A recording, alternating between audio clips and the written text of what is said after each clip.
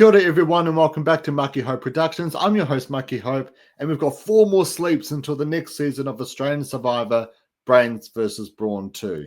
So with 4 more sleeps here are 4 of my personal favourite blindsides in the history of Australian Survivor. And at number 4 we have, in my opinion, the most cooked, unhinged, most random Survivor blindside of all time. It is the Tessa blindside in Australian Survivor Season 2. So let me quickly set the stage. So it's the final 9.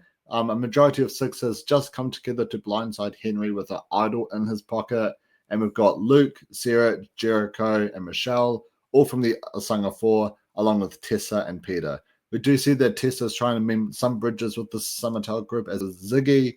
And Luke catches wind of this. He's spying on them in his crazy spy shack. And he hears Tessa say that Jericho is someone who she's keen to go after, which that obviously raises his alarm bells. And after the immunity challenge, he goes up to Sarah and Jericho. It's like, nah, we have to do Tessa. We have to do Tessa. But they're going to leave Michelle out of it because Michelle and Tessa, in their opinion, were way closer than what any of them were to Michelle, which, you know, was kind of a bad move for them moving forward. The plan is for the supposedly majority of 6 to split their votes, 3 on Lucky, 3 on Tara, take out Lucky on the revote, whereas Lucky, Ziggy, and Tara were planning to put their 3 votes onto Sarah and just hope that Summertail, including Tessa and Peter, would stick together. Now, Luke's plan is just for him, Sarah, and Jericho, and the 3 of them to vote for Tessa, and somehow on the revote, Lucky and Tara and Ziggy would have hopped on board with him, I assume, to vote out Tessa. But hey, somehow Ziggy just flips and she votes for Lucky, making it a 2-2-2, which makes the Luke, Jericho, and Sarah majority of 3 blindside Tessa here. Number 3, we have, in my opinion, one of the most dramatic showdowns in Survivor history. It is the Matt blindside at the final 9 of Season 3, Champions versus Contenders. And we've got Matt Rogers, the Godfather, who's been steamrolling the Champions 2.0, and even the whole merge at this point. He's got an idol in his pocket and he's locked in for the end game. He's starting to turn on one of his old champions, and Brian. He doesn't trust Brian, and he relays information to Benji, which makes Benji activate his move. So Benji rallies up the troops. He rallies up Brian. He rallies up Monica, Shani, and Fenella, in my opinion, to make one of the most greatest Survivor alliances of all time, the Mighty Ducklings. It's, so cute. The Mighty Ducks are the most iconic alliance name. So Benji wins immunity. He's got an idol in his pocket. He's all good to go to make this massive all or nothing swing at the final 9. Sean finds an idol in the immunity challenge as well. So Sean's got a public idol. She's going to be playing it at that tribal anyways. But then Sean plays the idol for Matt. And we just have this great moment here from Benji. No. Don't play for Matt. No, play for you. Don't gamble your life, Sean. You're getting played. And Sean plays the idol on herself. And at this point, you're thinking, Matt, play the idol for yourself, mate. Just play it. What are you doing? Just play the idol for yourself at this point. But he doesn't. And it's a 5-4 vote. And the Godfather of Australian Survivor gets voted out. Now, number 2. Now, this might be a controversial one on why it's at number 2, but I do have the Fraser blindside at episode 7 of Heroes versus Villains. Now, let's set the stage. We've had this massive rivalry all season long. It's George versus Simon. They essentially had enough of each other. They can't stand each other anymore, and it's all coming to a head. Geordie's told everyone that Simon has an idol, which, spoiler alert, he actually doesn't have an idol. And everyone's like, okay, we're going to take Simon out. But then, surprise immunity challenge. There's a fire-making challenge, which Simon slam dunks the challenge. He wins immunity for himself. And we do see a tribal George who cooks up a plan in what seems like only just a couple of minutes. And then when Sneaky Steve goes up to vote, George reveals his idol. Oh, are you going to save Steve with your idol, Simon? Pressure's on. Are you a hero or a villain? And it's just like, wow. Oh, my God. Okay. And so we do see, once again, another massive back and forth between George and Simon. You've treated me as your enemy when I'm not. Better the enemy battering down at your front door of the fort than the traitor within. Geordie's told every single person here about your idol. George just basically outs everyone here. He outs Geordie, he outs Simon. He forces Simon's hand not to play the idol on Sneaky Steve, which I do feel like is a good move for Simon here on this part, especially because his idol is fake anyways. Imagine if he actually did play it and Sneaky Steve still goes out. It's like, oh my god, you've literally just lost everything here. Now, something else as well is that George does play an idol on himself, cancelling him out as an option, which to Simon's knowledge, him, Sneaky Steve, Geordie, and Fraser have all voted for George here at this point. But George played an idol on himself. So it's literally that Simon plays an idol Sneaky Steve and save him, or Sneaky Steve goes here at this spot. But as George is talking more and more, Simon's realizing that Geordie has betrayed him. And most likely the majority vote isn't even on George, it's on Sneaky Steve.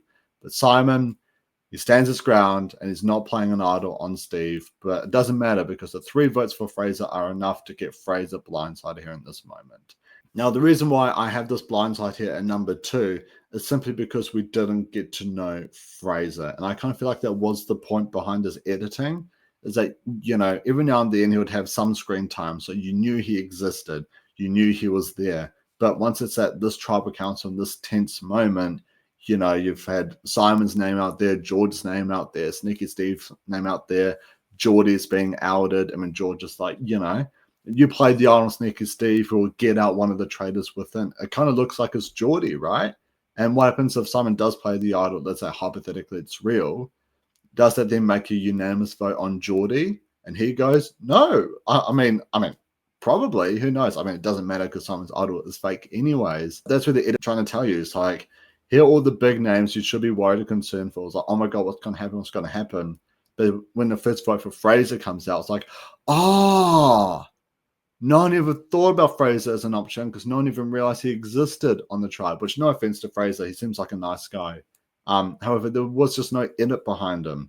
Whereas something that I personally loved, even though it was heartbreaking, is the Malcolm blindside and game changes at the Joint Tribal Council. When that first vote comes up from Malcolm, your heart just sinks like, oh my god, this is terrible. This just sucks. You get what I mean? And that's why a lot of people hate the Joint Tribal twist, because Malcolm, who was probably a guaranteed merge player, was taken out so early on in the game. And we have a similar outcome here with potentially Geordie going, oh, let's have that built up Fraser as a big character as well. It could have been just as heartbreaking to see him go. But I understand why they edited him down like this, because you didn't want to think he was an option until the first vote for Fraser does come up. So that's why I personally have this blindside number 2. All around, phenomenal tribal council, phenomenal episode, phenomenal blindside. And now for number 1, my favorite blindside of all time is the Daisy blindside at the 3rd Tribal Council of Survivor All-Stars. So let's quickly set the stage. So Daisy was part of David's blindside. She didn't really orchestrate it. It was literally between her or David. But David does go out in the previous season with an idol in his pocket when trying to take out the lovely Daisy. And David wants revenge. He wants to play a big game. And so he goes up to Matt Rogers. Like, they both know why they're on the same tribe. Matt's the good old hero. David is a big bad villain. And they decide to team up. They're the 2 big game players. Let them team up and let's see what they can cook. I'm going to get up. I'm going to get my hands on the idol. Get your hands up. Wait the votes out. Alright, I'm into it. But the votes are going to come on Daisy. So Daisy's going to go out. What? Fast nails. So Matt gets his hands on an idol from Henry on the other tribe. And, you know, we do see that people are trying to, like, tell Matt, oh, it's Mo, it's Moana, it's Moana. But David tells him the real info that it's Jackie. It's just so subtle by David, but he just whispers to him, it's Jackie. That's the only time he really talks to him. But something that truly makes this blindside so special is that Brooke finds an idol as well. And we saw at the start of the episode that Brooke, Daisy, Phoebe, all the girls seem to get along really, really well. Could be a chance that Brooke may play the idol on Daisy if she hears Daisy's name floating around. So David goes up to Matt. It's like, oi, bro, you got to start throwing my name around. David's acting super paranoid at camp and at tribal as well. He's trying to have small arguments with Matt. Matt goes up. He's like, oh, I'm going to play the idol. He jokes around by saying he's playing the idol for himself, but actually he does play it for Jackie. When Brooke stands up and David once again acting super paranoid, and she plays it for David, and it's like, oh my gosh, he's done it. He's done it. Now, unlike the Fraser blindside I mentioned earlier, where you had no idea that Fraser was an option. Like when the first vote from him comes up, it's like, oh my God. Once Brooke plays the idol for David, you know exactly where the votes are going, who's getting voted out. And it's just so beautiful to watch, especially when the first vote for Daisy does come up. Daisy. That is just like such a great face. I love David so much. He's easily one of my favorite Survivor contestants of all time. So thank you so much, David. You're an absolute bloody legend for making this move. Quite rarely we actually get to see that the two biggest players of the tribe actually links up to take each other's underlings out. Now, something as well about this move that I like maybe a bit more than the Fraser blindside is that, yes, people did catch on that David was the mole. But when you think about it, this was David's winning move, because this move opened him up to relationships with Moana, to Jackie, to Tarzan, who's the majority alliance at the merge. It's him, Moana, Jackie, Tarzan, Lee, Zach, like Sean. They just steamroll everything. And I feel like it's because of this move right here, David then opened the doors to what potentially could have been Matt's original alliance for David to take over and steamroll the whole season. And so that's why this is my favorite blindside of all time. Now, that's my top 4 favorite Survivor blindsides. Let me know down below. What's your top 4 favorite blindsides? What is your favorite Survivor blindside in general? Check us out Thursday nights, 9 p.m. New Zealand time. We will be going live, myself, Hamish, V, Michelle, and a few other guests throughout the season who I'm really excited to have on to the podcast. But until then, ka kite anō, and I'll catch you all in the next one. Have a good one, everyone. Bye.